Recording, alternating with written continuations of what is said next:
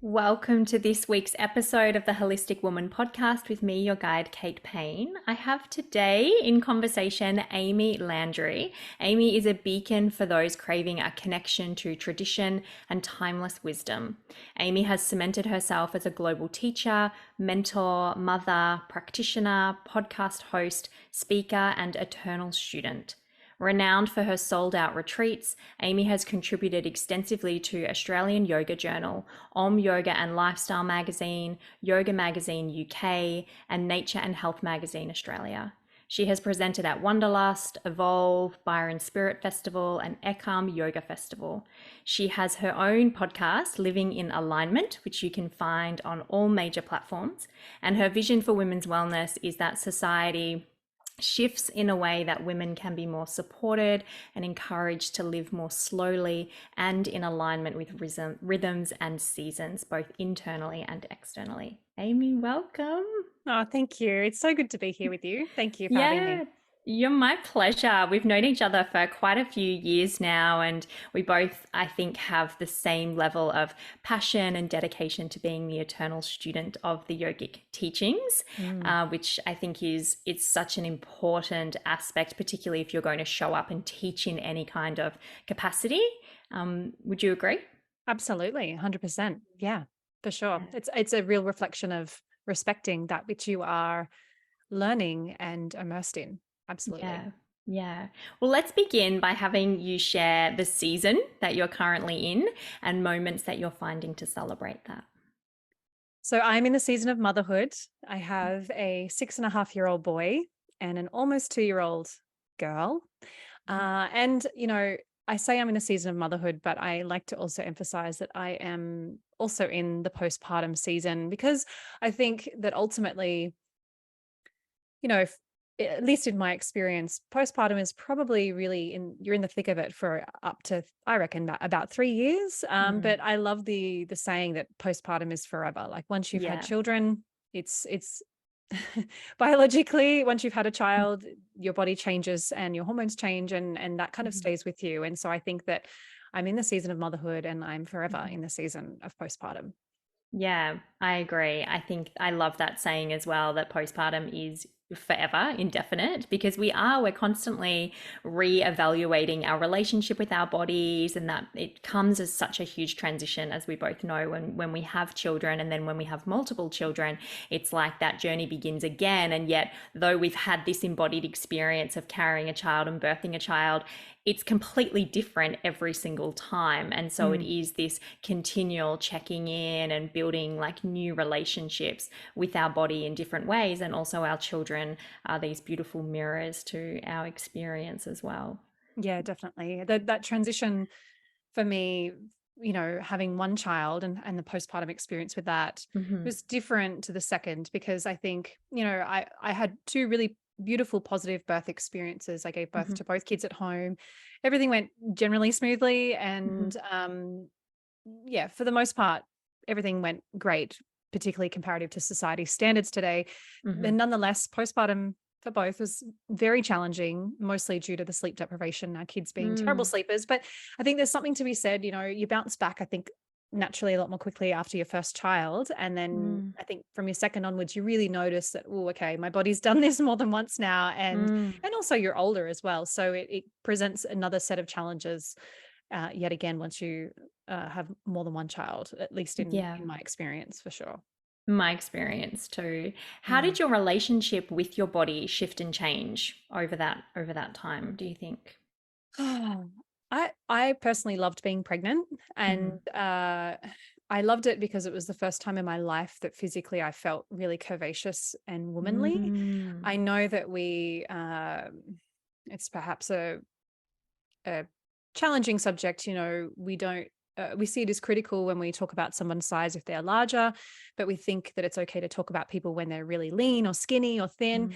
And there's a lot of women out there like myself that, have so many body insecurities because we don't look like that beautiful curvaceous woman that we feel that men really want, and with the Mm. breasts and the hips and all that sort of stuff. And that's always what I wanted. And when I became pregnant, I finally got that and I felt so Mhm. beautiful. And yeah, felt very womanly. And so that was such a celebration in some respects. And The transition though into postpartum, where you kind of adapt and your body in some ways goes back to what it was and doesn't go back to what it was, but it changes Mhm. again. And it's a new level of embracing that and looking at the body in awe at what it has accomplished, and seeing the female body and what it can do in such a different light, with such reverence and respect and appreciation Mm. for what it has been through and how it has recovered from what it's experienced. And yeah, your strength and resilience, just absolutely incredible. Mm. Did you find that having this really deep understanding and embodied experience of the yogic teachings and Ayurveda was really supportive for you across those journeys of pregnancy and postpartum? Yeah, I did definitely. I think, it gave me some foundational knowledge and insight into, I think, what was the catalyst for me really pursuing the most undisturbed, let's say, pregnancy and Mm. birth.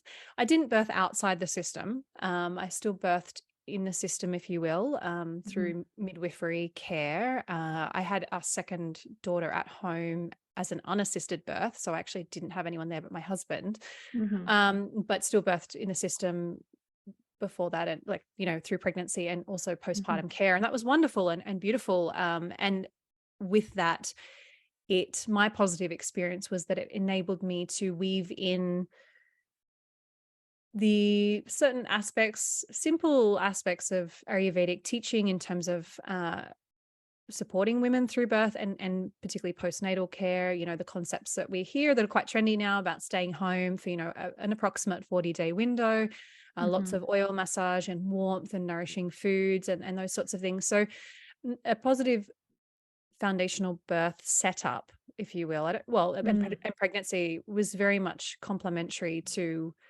what I had known and learnt through Ayurveda, and using yoga in terms of, as you know, a tool for nurturing my body in all phases of pregnancy and Mm. also recovery postpartum. So it was all part of it. Yoga and Ayurveda were so woven through, and Mhm. still are, the experience of motherhood for me. Mhm. Was there a catalyst for you choosing an unassisted birth second time around, seeing that you had such a positive experience for number one? Yeah, well, first experience, he when I went into labor, he turned posterior. So Mhm. I had a pretty excruciating posterior labor. Mhm. And my midwives never gave up on me. And they used a lot of skills that perhaps are not used in the system Mm. anymore, to turn him and Mhm. enable me to have the birth that I wanted. Mhm. And the more I researched the second time around, and the more I dove further into all these positive birth experiences, and really mentally, deeply, inherently chose that for myself, Mm. not ignorantly. I wasn't ignorant to risks and ignorant to outcomes, Mm. but just really trusting in the female body, that it is Mm. absolutely designed for this. I am designed for this, and I've done it once before, and so I have a bit of an idea as to what to Mm. expect, all things going smoothly, all things going well. And it all happens so quickly the second time around, as it often does for women. So I just rolled with it, and I was in the intensity of that rapid birth process, that Mhm. there was no moment where I said, call the midwife. I was just in it. And I was like, I am Yes. doing this. I'm doing Mhm. this. And I know that I'm going to do this. And my Mhm. husband was just there, and I was like, don't you leave. Don't go away. The kids are asleep. And I just Yes. chose it. And I was like, I'm choosing this for myself. And I guess subconsciously I kind of wanted it all along, but I wasn't quite Yeah. bold enough to go out of the system. Mm. But yeah, it would all happen so quickly. I was like, and I'm just going to let it. I'm going to let it. And as soon as, I gave birth, we called the midwives and said, hey, come on around. Like, the Mhm. baby's here. So, Yeah. and that was wonderful, because I got to then relax and allow them to just take care of me and do what needed to be done. And yeah, Yeah. so it was all really beautiful. Yeah. Yeah, amazing. I want to touch on that before we speak about how you got into yoga and Ayurveda and your pathway to that, but being bold enough to step outside of the system. Why do you think that that is? And for women in particular, with so much of women's health and women's healthcare really being, for want of a better word, controlled by the system, it's really, it is designed to disempower women to think that they can't go outside of the system. And I'm not just talking about pregnancy and birth, I'm talking about women's health across the board, being able to, feeling confident and self-empowered enough to seek alternative practitioners or practitioners that don't fall within mainstream Western healthcare to support, a whole plethora of conditions that women have. Why do you think that is? I think it's because we're fed fear. We're Mm, fed negative stories. It's kind of like if there's a restaurant or a business or a company and someone has a bad experience, they're far more likely to complain and to make it public mm, and tell everybody about it than the mm, person that had a really positive experience. The person that has a positive experience, they might tell people, but they won't post about it on social media. They won't leave a necessarily a positive Google review. mm, They're not likely to spread the positive word. They've just had this great experience and they're happy. They kind of anticipate that it should be a positive experience. They go home and they get on with life. If you have a mm, negative experience, you really tell as many people as you can about it. And I mm, feel like and I'm not saying that women that have a negative experience are going around spreading the news, but you hear about it because they it's their story, mm, and I guess that's just so much more commonplace. And because I think we're rushed through the system as well, it's so much more common purely because of the setup of the system to mm, have negative outcomes. And we're not educated. We don't have the tools and the resources to educate us on the possibilities, the positive mm, possibilities. And we don't hear positive stories enough, and positive outcomes enough, probably because there aren't enough of them anyway, when you look at the mm, statistics.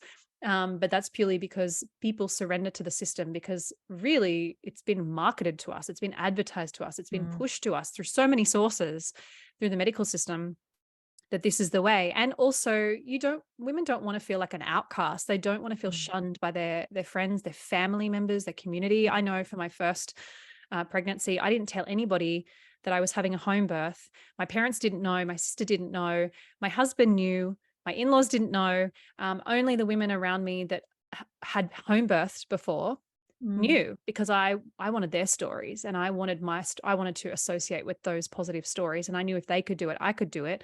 And so I chose to surround myself with people in conversation that would advocate for that mm, potential outcome. And I did not share my intentions with the people I knew would challenge mm, that.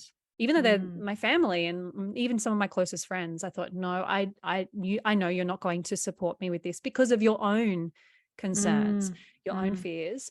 And so I chose just they just thought I was birthing in the hospital because that's mm, normal and what you do, mm, and kept my preferences close to the chest, and that helped me to really trust in myself. mm. I'm not sure if that really answers your question, but It does, it does. And what I'm hearing is that level of self-empowerment, that level of sovereignty has to come from somewhere, right? Where does it come from for you? Where does that level of body autonomy, sovereignty in your own health and wellness, your own choices, informed choices, where do you think that comes from? I think it comes from a state of a persistent inquiry, a desire to Mm, persistently inquire and question things, not mhm, not negatively, not necessarily with cynicism, although there was probably a bit of that. I mm. guess I've always been a little bit rebellious and the black sheep of our family in some ways, Mhm. although I don't think that anything I've done is particularly wild or, dangerous or anything. But, I mean, people might disagree. But yeah, I think it comes from a sense of like wanting to choose. Like I want to choose what Mm, is right. And I'm going to question what is commonplace, and I'm going to expose myself to all kinds of possibilities and outcomes. And I think in today's very divisive, polarizing world, this is actually mm, really important, is to, yes, consider what's mainstream and also consider the two seemingly opposite ends of the spectrum, mm, and really question everything, and go to people who have had the outcome that you want and ask them, like ask them mm, questions. What did they read? What did they expose themselves to? What did they mhm, not expose themselves to? What did they choose to mm. not read? What books were they not reading and not looking at? Yes, yes. So it's about I think just being self-responsible to choose to Mm, be informed and to inquire and to ask questions, and yeah, mm. and go Yeah. deeper. Yeah, I agree. And I think the narratives that we usually hear are one end of the scale or the other. It's either the really, really negative experiences or the really, really, really positive experiences, or, this is the way to birth or this is the way to birth. And oftentimes when we find that radical self-responsibility, from in my own experience, we kind of come back to somewhere in the middle, right? Mm-hmm. We're usually not sitting at one end or the other, but without that self Sure. inquiry, you really are, there really is this almost this subconscious aligning with and being in the energetics of one of those. Mm. Mm, Hmm. Yeah, and I think mm, also too, there probably is some fundamental influence, at least personally, from studying yoga and Ayurveda, mm. trusting in, oh gosh, I know it sounds a bit, I don't know, mystical, esoteric, but trusting in like nature. Yeah. Not we live in such a disconnected world where we think we're so Mm, disconnected from nature. And it's like, hmm. no, we're designed for this. And if we can live harmoniously in our Yeah. lives, we can Hmm. promote something, harmonious outcome. Hmm. And you look to nature, nature's so smart, and we are nature, like we are one and the Yeah. same. And it's like just Yeah. trusting in that, and it doesn't have to sound so esoteric, but really Yeah. unpacking how that is quite literally true. Um, Yeah. yeah. Agree. Absolutely. What was the pathway for you? What brought you into yoga and Ayurveda and all of these wonderful teachings? Look, it's interesting because I recall being at my parents' house, cleaning out, my childhood bedroom, and I came across a post-it note from when I was a teenager. I think whenever we got a computer in our home, Yeah. we're talking about dial-up here, the big boxy, chunky Yes, computers that were super yes. slow, so which sounds so foreign potentially to some, younger listeners, but I must have somehow found an Ayurvedic dosha quiz online. I had no idea probably at the time what it was, what it Wow. meant. I was so into astrology and understanding myself and Mhm, self inquiry and spiritual stuff, and yeah, I saved it because it kind of at the time told me a little bit about myself. mhm, I was super obsessed with Western astrology, and yeah, and so it was in my face then, but I never pursued anything about it. And even not long after that, I know that we got a free yoga DVD in a newspaper that my parents got on the weekend. And I did that one mhm, time, and then I put it down and walked away from it, and life went on. So there mhm, was these sort of seeds planted. And then when I was working overseas as a professional dancer, I did some land contracts, but I did a stint of a few contracts on cruise ships. And a woman, an Australian woman who's become a dear friend of mine, she had been practicing yoga for quite a while and introduced it to me, I guess, properly as an adult. And again, this is back when, we had laptops, but we still burnt CDs and discs, and we Yeah. could share audio files legally and all this kind of stuff. And she had all these audio files of guided yoga practices like asana and pranayama, mostly vinyasa stuff. And she practiced every day, like religiously. And so I Mhm, joined her, and that just catapulted me into this snowball of interest in yoga. And it was because, in a physical sense, the postural yoga practice really worked to heal a lot of injuries and imbalances from professional dancing. mm, It helped to slow me down, and mentally, it assisted me so much in again slowing down and cultivating a much more steady mental state.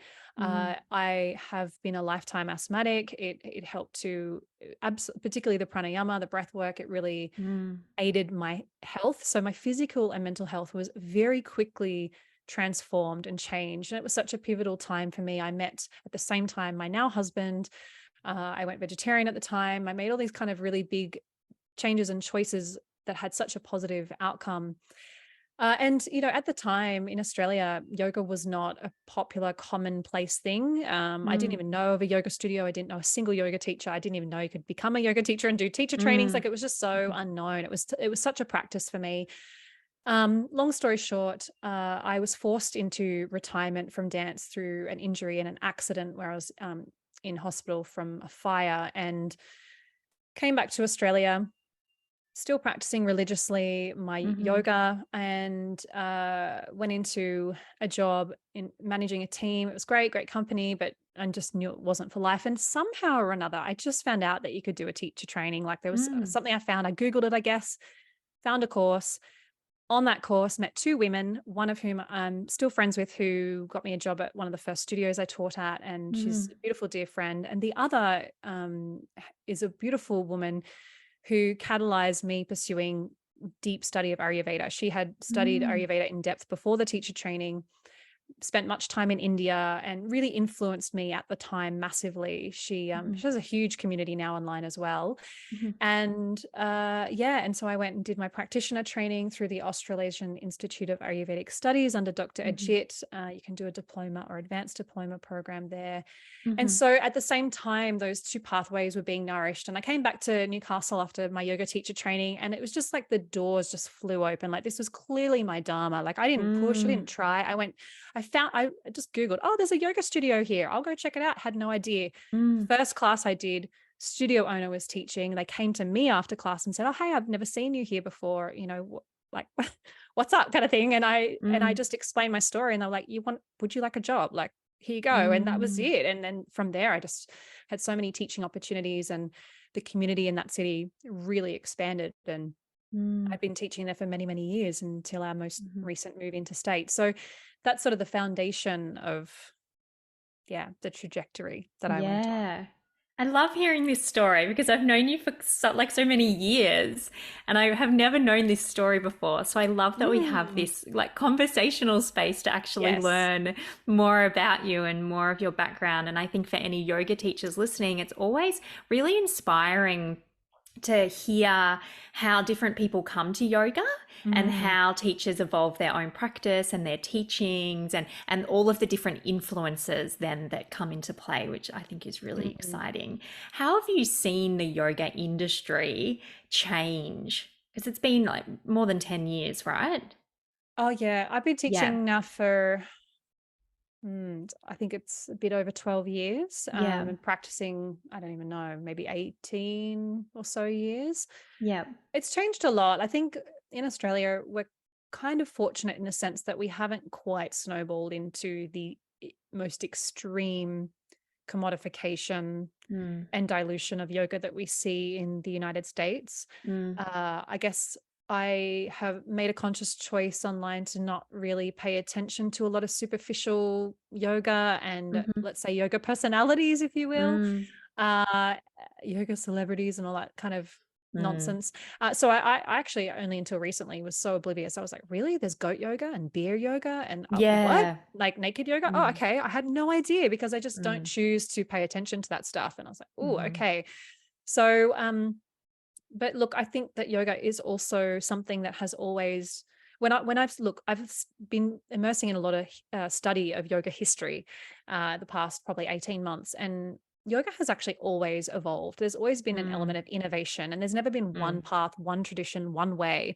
Mm, And so there never will be. And so I think mm, it's important to embrace a little bit of modernization and innovation of yoga, which I mhm, think has a reciprocal relationship with the Indian community.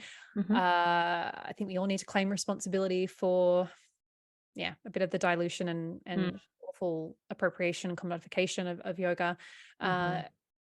but we also have to embrace that it's going to adapt and evolve at the same time. So, yeah, look, that's a bit of a tangent, but how's it changed? Look, it's just become far more fitness based. Mm, And that's not necessarily a completely negative thing, because of our Western lifestyle or modern mm, lifestyle, I should say. mm, It benefits from that tremendously. mm, But it's also, I think people have become afraid of something deeper. They're afraid of mm, finding themselves and and uncovering, going deep into self inquiry. People are kind of afraid of that, mm. and therefore they're kind of reluctant to touch on something deeper. But also, you can see this dissection of yoga. It's like, I don't do yoga, I do meditation. It's like, well, meditation is Yes, same yoga. thing. Mm, I do breath work.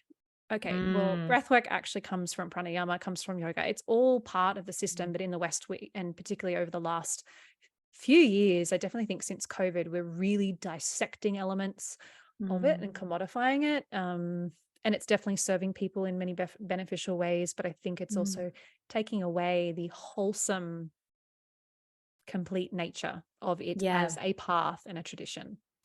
I think that's the part for me that feels the most challenging. That for me feels like the part that's being diluted the most is this separation and this compartmentalization of it, which Exactly. is exactly what has happened in our Western healthcare. When I look at women's health, that's exactly what we've done. Mm-hmm. We've got practitioners for this over here for this particular condition, and then we've got other ones for this particular condition, and no one's talking to the other person, and therefore we're not getting, which Ayurveda is all about, which is this: what is the root cause, and looking at the woman in her entirety. And I think Mm-hmm. that's what's happening with the yoga industry as well, by saying, well, that's meditation, that's separate from yoga. That yoga really has been marketed then as the asana, the physical component. And so then if you don't want that part, then you do meditation over here, or you do breath work over here. And, we've seen this huge rise of, holotropic breath work practice, and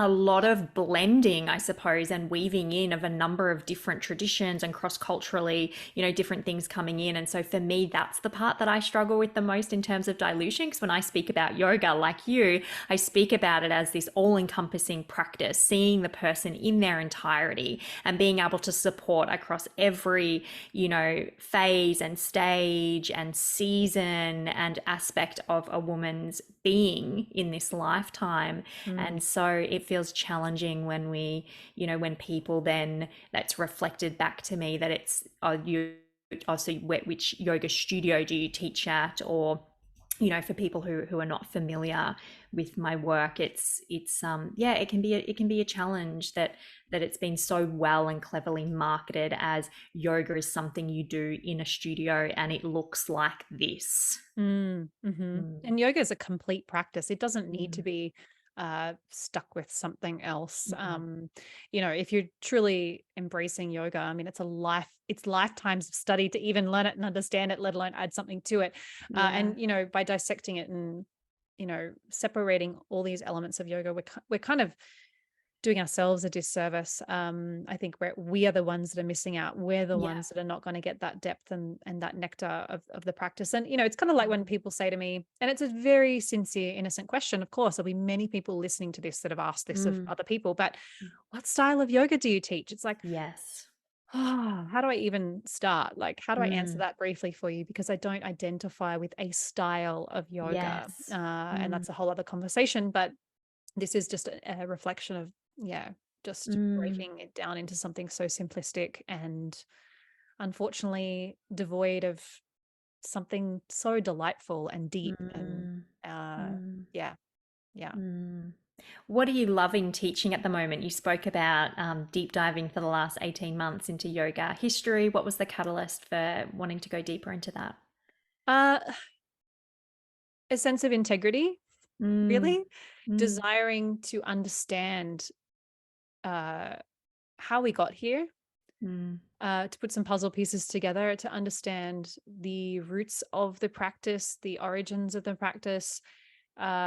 Yeah, it's a desire for integrity as a student and a teacher, to Mm. really question, again, coming back to that sense of inquiry. And I feel like, I mean, and it's such an enriching experience. And, Mm. as a mother, and not just as a mother, but as I've gotten older, there's this maturation of the practice and of living yoga. It's not so Mm. much about this postural practice. And whilst my postural practice has actually been really well revived very recently, Mhm. uh, I think that it's a part of my life because I constantly study, I constantly read, Mm. I constantly learn, and then try to practice and assimilate what I've just been understanding, and also Mm. try to regurgitate it, because one of the best ways to really embody something is obviously to then try and teach it to other people and share it with Yeah. others and talk about it. So Mhm. that's been really, really wonderful. And look, I personally, I not just Ayurveda, I study other traditions from India, and I find them all, you know, different facets of the same diamond, so to speak. Mm. They're Mhm. all so intertwined, and so and through this deeper inquiry and study of elements of the history, and trying to wrap my head around the complexities of the different philosophical systems of yoga as well. I am so nourished by that, and my practice is so nourished by that. and my teaching, I can then transfer that to my students and nourish Mm, them subtly through what and how I'm teaching. And I mm, think that that's so important. And it's so that I can go to sleep at night or lie on my deathbed in however many years or days that may mm. be and feel like I have offered something of posterity, like for the community, for my, yeah, for the community that I'm in, that I've taught something that's not about me. I'm just that vessel to You're the transmit conduit. something. Mm, Exactly, exactly. mm, And that's how I want to feel when I teach. It's not about popularity, mm, really, you know, and mm-hmm. that's the trap. That's such a trap. I've been there. I've definitely been there. Yeah. But for now, it's like I couldn't care less how many people are in my class or how many classes I teach. Yeah. It's about what I'm teaching and where that's coming from. Yeah. And you posted something just today. I think it might have been a story on Instagram. And Mm. I watched it just before we came onto this call together. And I was going to message you, but then I thought I'll just tell you now when I see you. I just love that you just show up with such authenticity and such integrity. It just like Thank you. radiates from you. It's an energetic thing. It's nothing that you say specifically. It's just the way that you show up and the way that you speak. It just has this undercurrent of integrity and authenticity, and I think that's really lacking in this industry sometimes. So I just want to acknowledge you for That's that and very say thank generous. you. Oh, thank you. Thank you. You know, and I think that that's because I constantly think, what would my teachers think about what I'm doing? It's not about what my Mm, community or my students are thinking. It's like, how mm, would the people that have walked before me think about what I'm saying and what I'm doing? So yeah, that's the foundation often of where I'm coming from, or how I yeah, share what I share. But I really appreciate that. That's I very love kind and that. generous of you. I want to ask you about you. So you speak about sharing timeless wisdom in a modern context, which I think is Mm. really important. And as you were talking earlier about, people's fear perhaps of wanting to go deeper, of wanting to peel back the layers and understand more about how they navigate and move through this world being perhaps confronting for people. I also wonder about whether people's nervous systems, for example, have the capacity to even hold what's beneath the surface level. And so when you talk about timeless wisdom within a modern context, I think that's so important. Can you Mm. talk about that pathway for you and why that feels so important to be able to share this wisdom, but also with this deep understanding of how we live our modern lives? Well, I guess it comes down to uh, we're not diluting anything, but we are just bringing it into the context of the life that we live now Mm, without detaching it from its traditional roots. It Look, it's hard to articulate, I think. It, in modern life, particularly with the evolution of technology, and by technology, I'm really meaning like screens mm, and social media, and even now AI, and mm, we're becoming so disconnected with each other.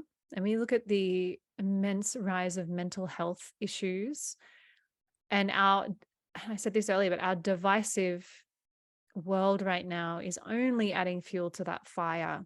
mm, And I think when we allow ourselves the opportunity to be enriched, to immerse in timeless teachings, and by timeless teachings, I mean the teachings are relevant no matter mm, what mhm, decade, what century we're in. They're timelessly relevant. mm, They give us an anchor. They help bring us back to reality, because we are being so disconnected from reality that mm. we are, I think, falling apart as a society, particularly younger generations. And God, that makes me feel old saying that, but like, I mean, I'm not really, like, when I think about, my age, I'm not at all. So I'm not trying Yeah. to, promote some like wisdom from living a long life at all. But I just see, I guess it's something that as a mother to young children, you really start to Mm, think about, like, oh my goodness, like, what is this future that I'm bringing my children into? yeah. That is just, yeah, as I said, the level of mental health issues, body issues, identity issues, it's Mm, really, really concerning. mm, And but simultaneously, I think, oh my goodness, if any time in history, again, something I feel like I would have rolled my eyes at in my teens and 20s, but we are living in the best time ever, like Yeah. comparative to our grandparents, Mm. our great grandparents. We have life is better than anyone's ever had it before, particularly as women. And look, don't get me wrong, women still have it really rough. I mean, like Mm. just think about female biology for starters. Like we have Mm. periods, and then we have fertility issues, and then we have Mhm. pregnancy, birth, postpartum, perimenopause, Mhm. menopause. Like Mhm. it's never going to be easy. Yeah. And in some respects, and this is a whole other conversation to go down, but like we'll never really be equal. We're just different to men. But Mm. um, we still as humanity, but also as women, we have it better than we've ever had it before. And Yeah. again, that's not to say there aren't areas for improvement, but yet we are just literally going down this wormhole of the mind destroying itself, and we're Mm. destroying relationships. I know I'm going on a tangent, but social media means younger generations are failing to be able to communicate with each other Mm. like in real life, and it's just really concerning. So again, just tying back, like timeless wisdom is timeless for a reason, and it's because we Mm. can always reach for it Mm. as something that will anchor us and give us roots and bring us back to reality when we feel incredibly lost and overwhelmed and disconnected Mm. from the world. Mm. Yeah, absolutely. It's as you were speaking, I was thinking about, the concept of, you know, when you have everything that you could possibly desire and you're still not satisfied, or you're more miserable than when you had nothing. That's kind of what it reminded me of as you were speaking. We have, Mm, so much medical technology available. We have so much, technology from a,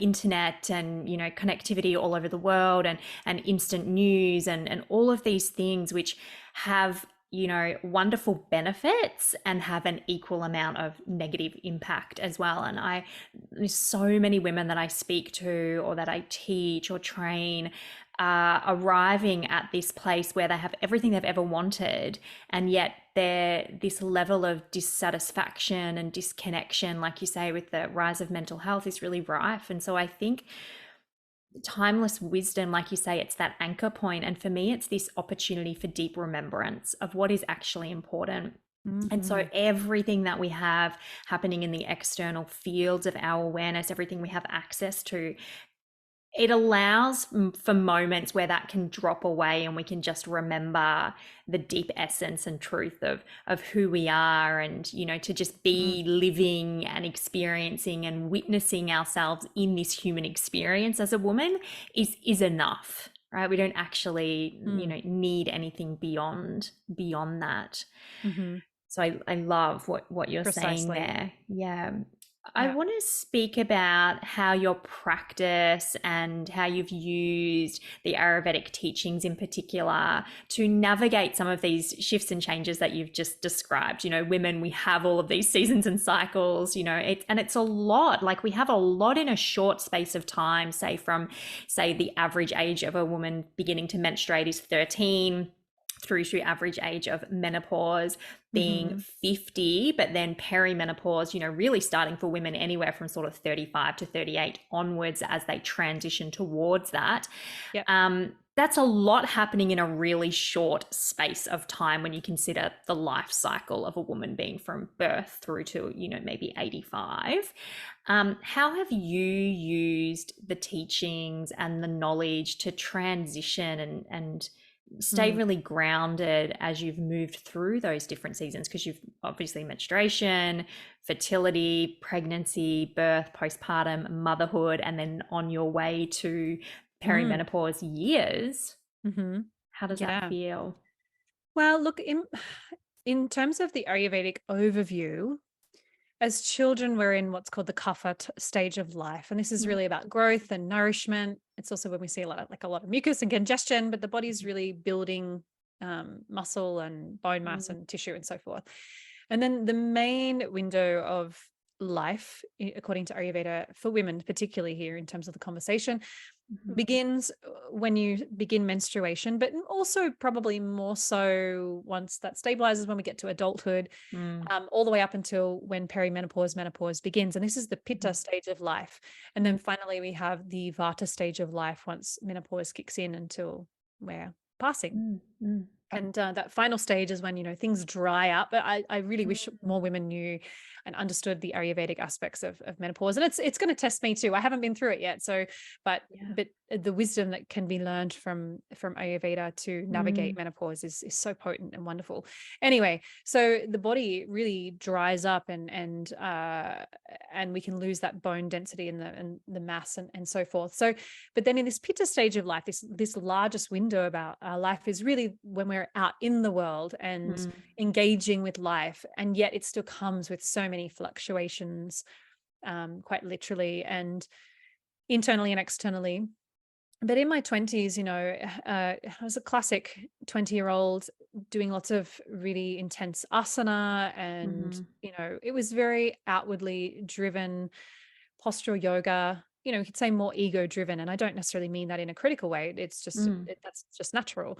mhm, I think you're the center of your own universe, and mm, especially if you don't have children. But mm, there's more of a sense of entitlement, and I guess I don't necessarily mean that negatively or critically. It's more about yeah. like that's just the nature of that stage of life. But for me, it was an experimental stage in the sense that I was changing. I got into this really dedicated yoga practice when I was 21. And it really changed me. I questioned a lot. I changed my diet. I became vegetarian. I, Mhm, in my late 20s, got off asthma medication. I was all through that time, I was getting off, synthetic cleaning products, skincare, all mm, that. I just completely overhauled my life to all natural stuff, in a simple sense, mhm, products and whatnot, cleaner living. mhm, It came with it a bit of a political kind of, be vegetarian, save the planet, all this kind of stuff. And mm. now I'm just so not dogmatic about it at all. I couldn't care less what you do and what you eat. Like I totally know that meat is amazing and important for some people. And Yeah. I'm so not judgmental at all.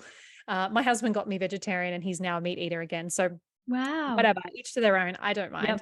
But it Yep. was such a pivotal time for me. And I think in your 20s, you're really experimenting with life and independence and autonomy. But again, you are the center of your own universe. And I think there Mm, was a maturation when I got to my 30s. It's when I personally felt more maternal. My mm, practice, my yoga practice, and the way I lived yoga became more private, more quiet, mm, more mm, simplified. Definitely more internal and more devotional and mm, more curious in a sense. I dug a lot deeper. I was very curious and spiritual in my 20s, but again, it was still very externally driven, I think I would say. mm, And in my 30s, it's become more philosophical, less regurgitative, like less mm, putting my thoughts out for everybody else to know. Like it's more mm, this is my process and my values and my beliefs, and whatever you feel is so fine with me. Like I am so mm, accepting, in that sense, comparative to my 20s. mm, And it's more about living the teachings rather than talking about them mm, in daily life, let's say.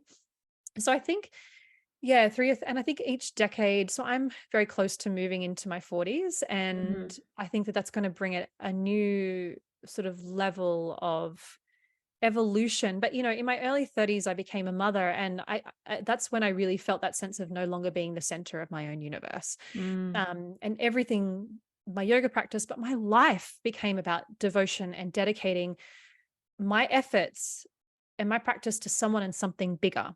And I don't mm, necessarily mean that has to be like a religious thought to a god or mm. to a deity or anything. Like it's like my child is Yeah. the center of my universe. I would die Mhm, for my child. mhm, What am I creating for the next generation? How am I mm, serving?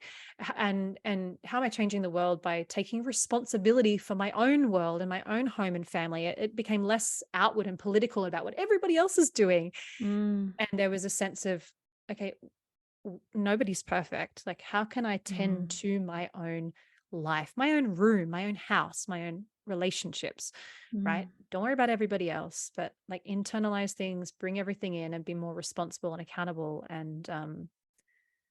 And yeah, and I think that just comes with the maturity. But now in life too, as I'm almost transitioning into my 40s, I really consider that sense of posterity, like what I'm leaving behind in the world through the mm, work that I'm doing. And um yeah, it's like this real sense of, as the concept of dharma, like what mm, is your innate purpose? Why are you really mm, here? Like, what are you here to do? mm. Not just as a job, but like the big picture. Yeah. Yeah. Do you think that when you were speaking about, because my experience is so similar in my 20s, very outwardly focused, very asana based, very much focused on the physical, but also feeling very drawn, even during that time, to the more devotional, deeper aspects of the practice. And that really came from mentors and trainings that I was doing Mm, during that time, I think. And I think that makes up that has such an influence on someone's yogic path, as we both know, who you train with and who your mentors are and where you're mhm. receiving the teachings from and how they're being received and shared. And then, of course, in my 30s, similarly, became a mother in my early 30s, and now about to turn 40 in a month, nearly a month. Wow. Um, I think that, I often sit and wonder whether it's a combination of one, being a woman, and your 20s being that very outwardly focused. There's lots of life force energy to move around and play with. And then as you move into your 30s, irrespective of whether you choose to or are able to have children, I Mm, still sense that energetically we are still moving through that phase of our lives biologically, where we are in sort of our most fertile kind of years, those motherly kind of years, before we then move into the more sort of wisdom years of 40s, 50s, and beyond. mm, Um, but I also wonder whether it's a combination equally of the evolution of practice. So, say, for example, a woman comes to the yogic teachings and she's, her first introduction is when she's 40, as an mhm. example. I wonder if that same level of devotion is there immediately based on her life cycle, or whether that takes some time. So maybe she's introduced through the physical asana practice, as many are, and then, maybe it takes a decade for her to kind of be wanting to delve deeper into that devotional aspect. I wonder what your thoughts are on that.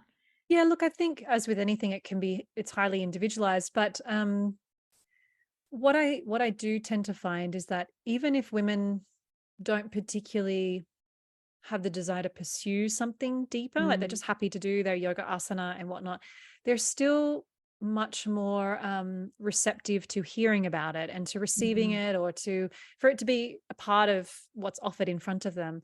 mm, Whereas perhaps when we're younger, we might be a little bit more opinionated, mm, or I don't know. It can vary, and excuse me. There's women in that stage of life, like 40s and 50s, where they've been through so much. Many of them these days, when we look at statistics, have been through divorce, mm, and they have been through, a host of health issues. And many women, again, statistically speaking, have lost children, miscarried, mm, etc.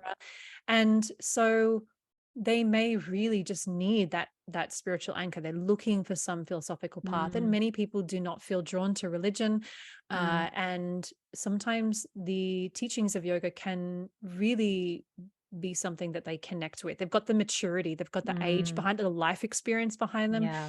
to be very receptive to Mm, the teachings of yoga. And that's why I think, you can find yoga teachers that really, they went on and did a yoga teacher training in their 50s, and they'd only practiced for a few yeah. years, but they carry a maturity when they teach, Mm, because it's a life experience that's behind that. And look, I've seen the opposite thing. I've seen a lot of ego driven, oh, I'm, 50, so I'll just mm, pretend that I've been practicing my whole life. And I've seen it. And mm. look, I don't mean to stereotype, but it's always been men. But I'll just tell the truth. Like, that's the truth. That's what I've seen. Yeah. I'm not saying that's the only truth, but like that's the only Yes. thing, but that's what I've experienced. And yeah, and look, I've seen a lot of men that go through in the yoga community, go through like a Yeah. midlife crisis at, in their Yeah. 40s and 50s, and really change who they are. And for some of them it's been for the better, and for some it's been through the worst. So for the worst. Mm, And so I think that age, 40 to 50, for both men and women, is such a pivotal mm. time.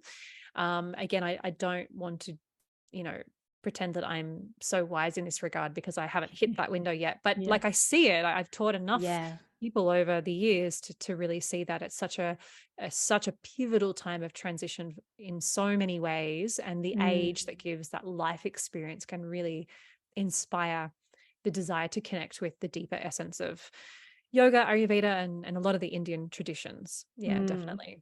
Yeah, a lot of women that I know who have entered into the yogic teachings, who are, say, over the age of 50. I've had quite a number of women, and two at the moment actually, that are moving through a women's teacher training with me, who are over 50, who are this very first teacher training, and want to interweave it into an existing modality that they have, where they work with women. But there is definitely this level of maturity that they come to through the teachings, and something that, you know, I really admire about women and men, but women being, you know, the people that I work with predominantly, is that there's no barrier to entry, right? And I'm so inspired by women who are in their 40s, 50s, 60s, 70s, and they're like, well, I saw that and I felt drawn to it, and so I just went and I did it, and I Mm. studied, you know, I completely changed careers when I was 55, and I went and I studied such and such, and now I'm, you know, now I'm a herbalist, or I'm a doctor, or I went back and I studied veterinary, or, you know, whatever. I feel really inspired by those people. And I think with the Mhm. yoga teaching, there's no barrier. So you can start yoga when you're 80, right? Or equally, you can start it, you know, like we're sharing it with our children who are Mhm. under the age of 10. So Mhm. there's no barrier to entry, which I think is really, you know, what makes yoga such a special teaching and path to follow as well, because it's really, like we've said, it's a living teaching, and therefore it's applicable to any age, stage, you know, gender, anything, which is really Absolutely. wonderful. Yeah. And I think also that everything you just said applies, particularly as it pertains to postural yoga. Like there's Mm, so much accessible yoga out there, and there's like, it's literally almost like a style of yoga now, accessible yoga, but you can mm, Google it or look on Instagram or whatever. There's amazing people adapting mainstream yoga postures to suit people that mm. have to do it in chairs or even in a Yes. wheelchair or whatever. It's so Hmm. accessible. But then simultaneously, we must not forget that you could do no yoga pose for the rest of your life, whether you're Yeah. 8 years old or 80, but you could be reading or immersing in philosophical teachings of yoga. Hmm. Hmm. And that's what is also super accessible as well. Yeah. Absolutely. Yes. Never, you could have never done an asana practice in your life, never done a posture ever, and still be deeply living the teachings of yoga. It's such an important reframe. Yeah. Yeah, yeah, absolutely. You recently posted on your Instagram about the concept of the guru. So I want to talk about that, the differences between a teacher and a guru, and then if we Mhm. apply the same context to mentor, how important is it for women to have access to other women that can offer guidance and influence and conversation and community? Mm. Look, I think it's super important. That's the short answer. Hmm. And I think that as women, we can often feel quite isolated, Mm, definitely in terms of if you go through motherhood, but even if you don't have children, the nature of life today can be really isolating. That drive to professionally make it and mm, provide or contribute in some way. Yeah, I think men tend to just seem like they get along or they don't. Like it's not as complex. mm, I think there's a complexity in terms of women's relationships and friendships. mm, But with respect to, the idea of the guru or the teacher or the mentor, look, I think that there's definitely crossovers with those. mm, There's definitely similarities. They all have a similar role, and certainly mentor and teacher would be the more commonplace terms in mm, the Western world. The idea of the guru has been sadly appropriated, like we call it a tech mm, guru, and like everybody's a guru these days, and mm. whatever. And I don't like that. But traditionally speaking, there are different types of gurus. But the most common, I guess, from an outsider to India, culturally outside, would be the idea of a diksha guru or a shiksha guru, but that's a Mhm, spiritual guru. A diksha guru gives you initiation into a mhm, lineage, into a tradition. mm, But there are different, guru is used across India in different contexts. There is a term in India called acharya as well, and mhm, that's more commonly a more casual term for the teacher. mm, It could be your music teacher, your dance teacher, but they can also be gurus. Like I have mm, an Odissi dance guru in India, mm, and so it's it's not overly able to. I'm not overly able to simplify it, but mm, really, I see a guru and a mentor more in the context of being a guide, someone who mm, guides you. And of course, they're teaching you in mm, some way, but it's more of a guiding relationship. mm, Whereas a teacher is someone who quite literally practically will teach you someone, and in that they will guide you in a certain way, but it's a Mm, little bit more practical. And I think that we have to remember that teachers, guides, gurus, mentors, we need to allow them to come to our life and to also go out of our life. And mm, some will stay forever. mm, And I think there's sort of a tradition in India where we should live really close to the guru, live close to the feet of the guru and the teacher, mm, to absorb their essence and their life, not just the practical things they're teaching, but not to live mm, too close where you get too involved and invested. Like we see the mm, fall of so many gurus and teachers and masters in the West as well as in the East or in India as well. And it's kind of like this idea of like, you want to love and devote yourself to your teacher and be so deeply reverent and appreciative for what they share and how they've changed your life, but you also don't want to be like karmically too entangled, mm. financially too entangled. And this is the Yeah. classic idea of the student teacher relationship, at least in the Indian context. Mm-hmm. And there's there, when we have any teacher and a mentor or guide, regardless, as women, if they're male or female, we have to value what they have to offer us, but yet see them as a vessel. They can have their own Mm. downfall. They can fall from grace. But Yes. remember, that doesn't mean that their teachings and their guidance are bad or wrong. Just because that Mm. person might have fallen from grace, whether it's male or female, Mm. that doesn't mean the teachings are no longer rich or useful. Mm. And we have to Mm-hmm. remember that. So as women too, we can be very vulnerable to mm, the dominance of male teachers. I think that Mm. that still applies, but much more rare for female teachers. Mm. But it's very important for women to have someone as a guide, and definitely in the context of the nature of the things that women go through in life, which we've already touched on in a light sense, like the seasons of life. To Mm. have a female teacher, I think, gives us something deeper we can connect to. So Mm. the female teachers I've had, and some I still have in my life, there's almost either a motherly quality to them Mm. or like a big sister quality. Like I feel like Mm. I see them as like a non-blood related, like big sister Yeah. or mother, where they care deeply about me and my life and my Mm. success, but they also won't let me get away with something, like going off course. They'll Mm. course correct me. And I think Mm-hmm. that that's really important. And I think that's like friendships for women. We Mm. need women that will stay with us through the seasons of life and embrace our evolution and like root for us, but also like Mm. try to rein us in if we go off track. They care deeply about our success. And I think that this Yeah. is really important because women tend to default to destroying women, Yeah. particularly online. And it's so hard for the mental health, particularly of women. Mm. Like the female mind is definitely different how we digest and assimilate stress and the Mm-hmm. destruction of relationship and falling into isolation.